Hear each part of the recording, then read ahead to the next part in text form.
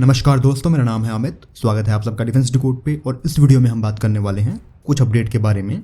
सबसे पहले हम बात करेंगे अर्जुन MK1A को लेके। तो आर्मी के डिमांड को देखते हुए और जिस तरह से जो वॉरफेयर वो एडवांस हो रहा है, उन सभी चीज़ों को देखते हुए अर्जुन मार्क 1 पे तकरीबन 14 से लेके 19 के बीच में जो इंप्रूवमेंट्स है वो किए गए थे, जिसको टर्म किया गया था MK1A के रूप में, यानी कि MK1A अल्फा के रूप में। सो यहाँ पे अर्जुन MK1A को लेकर ऐसी इन्फॉर्मेशन है कि इसके जो फाइनल ट्रायल हैं वो कंडक्ट किए गए हैं पोखरान फील्ड फायरिंग रेंज में, यानी कि जैसलमेर में। तो ये जो फाइनल ट्रायल हैं वो कंक्लूड किए गए हैं और आपके जो MK1A है वो ऑलमोस्ट तैयार है इंडक्शन के लिए। अर्जुन MK1A के पास ऑटोमेटिक फायर कंट्रोल सिस्टम है जो कि मिसाइल को गाइड करने में सक्षम है। तो इसका जो गन कंट्रोल सिस्टम है वो इलेक्ट्रो हाइड्रोलिक है और जो गनर का मेन गन साइट है जो कि इंडिपेंडेंटली स्टेबलाइज्ड है 2 एक्सिस पे, जबकि इसके फायर कंट्रोल कंप्यूटर में माइक्रो प्रोसेसर दिए गए हैं। और इन दोनों का जो कॉम्बिनेशन है वो आपको हेल्प करता है टैंक के मूव करते वक्त एक जो स्टेबलाइजेशन डेटा है वो क्रिएट करने में, टारगेट को हिट करने के लिए, तभी वो फायर कर पाएगा। अगर वो डेटा क्रिएट नहीं होता है तो ये सब सिस्टम होने के बाद भी आप फायर करने में सक्षम नहीं होंगे। तो जो एक कोऑर्डिनेशन है और स्टेबलाइजेशन है गन का, वो काफ़ी जरूरी होता है फायर करने के लिए। कमांडर के लिए भी यहाँ पे जो पैनोरामिक साइट है वो दिया गया है और इस साइट की वजह से आपके पास जो हंटर किलर कैपेबिलिटी है, 2 सेपरेट टारगेट को लॉक करके अगले राउंड की फायरिंग के लिए तैयार रह सकते हो। तो ये क्षमता आपको मिल जाती है। कुछ इंप्रूवमेंट्स की बात करोगे तो ड्राइवर के लिए यहाँ पर नाइट विजन कैमरा आ चुका है। जो भी इस व्हीकल को ड्राइव कर रहा होगा वो किसी भी टेरेन में और किसी भी कंडीशन में ड्राइव करने में सक्षम होगा।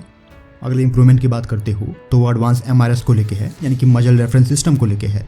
तो किसी भी टैंक में टारगेट को एक्यूरेटली हिट करना चैलेंजिंग होता है, क्योंकि आप बहुत टाइम पे मूव भी कर रहे होते हो। जो आपका टैंक और बैरल है वो फायरिंग के टाइम पे रिकॉयल और वाइब्रेशन को भी फील कर रहे होते हैं। तो उस कंडीशन में टारगेट को एक्यूरेसी के साथ हिट करना चैलेंजिंग हो जाता है, जिसको आसान बनाने के लिए यहाँ पे एडवांस MRS दिया गया है, जो कि आपके गनर के ट्रांसमीटर और रिसीवर से जो भी रिफ्लेक्टर है उसके बीच में जो भी एंगल है, डिफ्लेक्शन है, उसको कैलकुलेट करके और इम्प्रूव करके टारगेट को लॉक करता है, जिससे जो एक्यूरेसी है वो बढ़ जाती है। मतलब जो भी आपका डिफ्लेक्शन है मजल रेफरेंस सिस्टम से, उस डिफ्लेक्शन को साथ में रखते हुए जो आपका गन है उतने ही एंगल पे मूव करेगा टारगेट की तरफ।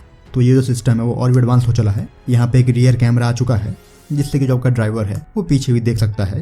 ड्राइवर का जो डैशबोर्ड है वो इम्प्रूव हो चुका है।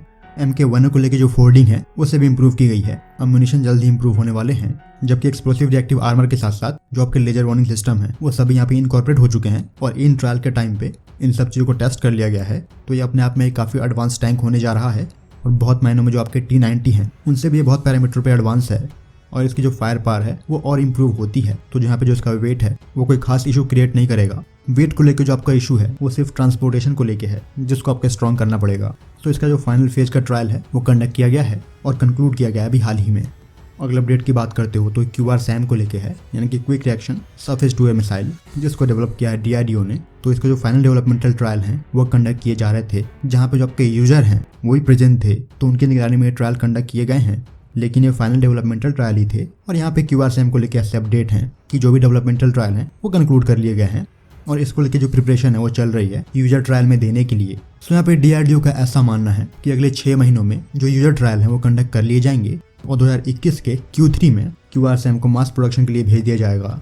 जो भी आपके QRSAM है वो तकरीबन 90% के अराउंड इंडिजिनस हैं, जिसको लेकर जो संभावनाएं हैं वो 99% तक करने की है। यहाँ पे QRSAM में जो आपके सॉफ्टवेयर हैं वो इंडिजिनस हैं, उनको लेके जो कोडिंग है वो आपके इंडिजिनस है। तो यहाँ पे जो भी रडार इन्वॉल्व है QRSAM में, उनको मैन्युफैक्चर कर रही है BEL, लॉन्चर को मैन्युफैक्चर कर रही है L&T और जो भी आपका मिसाइल है उसको मैन्युफैक्चर कर रही है BDL।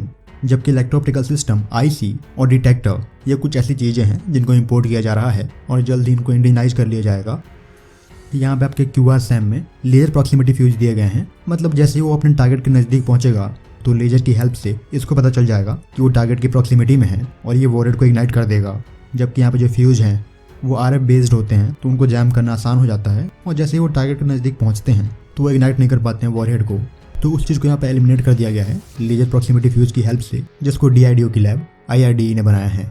यहाँ पे जो QRSAM के साथ रेडार है वो ऑलमोस्ट कवर करता है सभी एंगल को। तो जो एक पॉसिबिलिटी है कि कोई सुसाइड ड्रोन आपके ऊपर से आकर अटैक कर दे, तो वो चीज़ यहाँ पे कम होने जा रही है। ये आपके जो QRSAM है उस तरह के टारगेट को एलिमिनेट करने में सक्षम होंगे। तो होपफुली जिसका प्रोडक्शन है वो 2021 के Q3 के शुरू में ही स्टार्ट कर दिया जाएगा। अगले अपडेट की बात करते हुए तो आकाश 1S को लेके है। तो आकाश 1S की जो टेस्टिंग है वो कंडक्ट की गई है श्रीलंका टेस्ट फायरिंग रेंज में।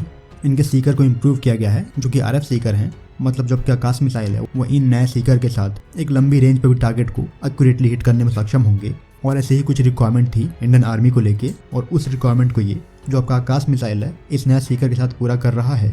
तो इसको लेकर जो फायरिंग है वो कंडक्ट की गई है। इसको मैन्युफैक्चर करने वाली है BDL।